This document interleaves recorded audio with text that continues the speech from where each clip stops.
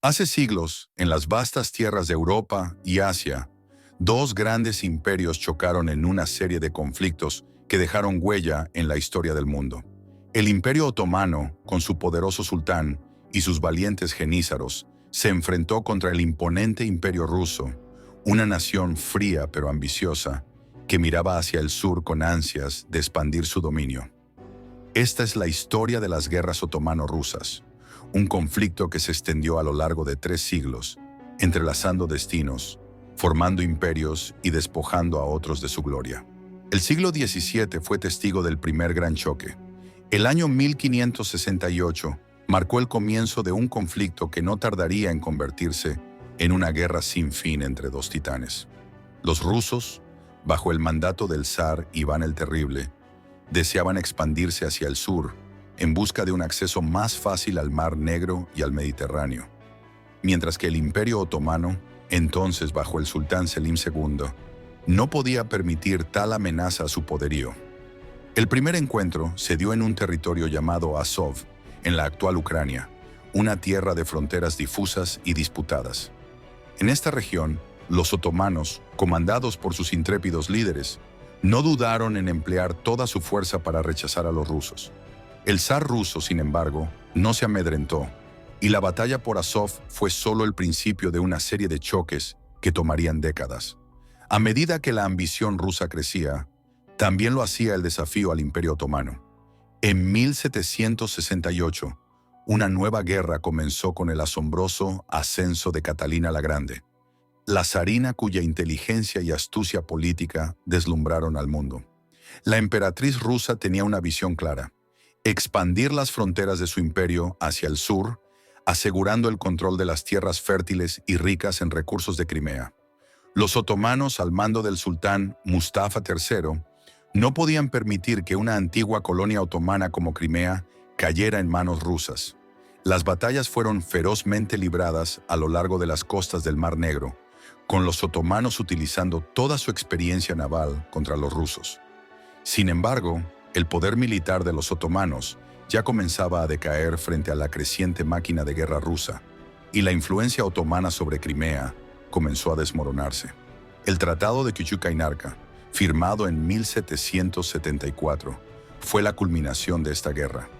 Los rusos no solo obtuvieron grandes concesiones territoriales, sino que ganaron acceso a importantes puertos en el Mar Negro.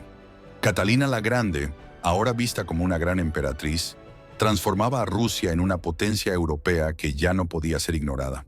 A lo largo del siglo XIX, el Imperio Otomano comenzó a tambalear bajo el peso de los conflictos internos y las presiones externas. Mientras tanto, la Rusia zarista se consolidaba como una gran potencia. No solo, sin embargo, los otomanos no iban a rendirse fácilmente. La Guerra de Crimea, 1853 a 1856, fue otro capítulo crucial en esta interminable saga. Esta vez, los otomanos fueron apoyados por una alianza poco común: el Reino Unido y Francia, quienes temían el ascenso de una Rusia que podría alterar el equilibrio de poder europeo. La guerra se libró en las empapadas tierras de Crimea, y aunque los otomanos se vieron inicialmente favorecidos por la intervención occidental, las fuerzas rusas eran demasiado poderosas. Narrador. Aunque al final los rusos no pudieron obtener una victoria total, el daño ya estaba hecho. El Imperio Otomano, aunque todavía existía, ya no era la potencia dominante que había sido antes. La sombra de la decadencia comenzaba a caer sobre sus dominios. A principios del siglo XX, la rivalidad entre estos dos imperios alcanzó su clímax. Con el comienzo de la Primera Guerra Mundial, el Imperio Otomano se alió con las potencias centrales, mientras que Rusia, ahora bajo el régimen de los zares, se alineaba con las potencias aliadas. Esta última guerra entre rusos y otomanos, ahora en el contexto de una guerra mundial, resultó ser el último capítulo de una serie de enfrentamientos que habían durado siglos. En 1917, el colapso del Imperio ruso, tras la Revolución bolchevique, marcó el fin de una era.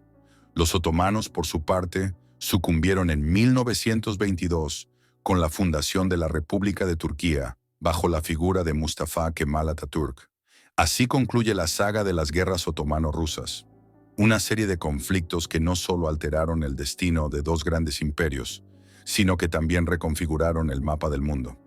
La lucha por la supremacía en las tierras del sur, por el control del Mar Negro y por la expansión territorial dejó un legado profundo en la historia de Europa y Asia. Los ecos de estas guerras resuenan aún hoy en las relaciones entre los pueblos de esas antiguas tierras.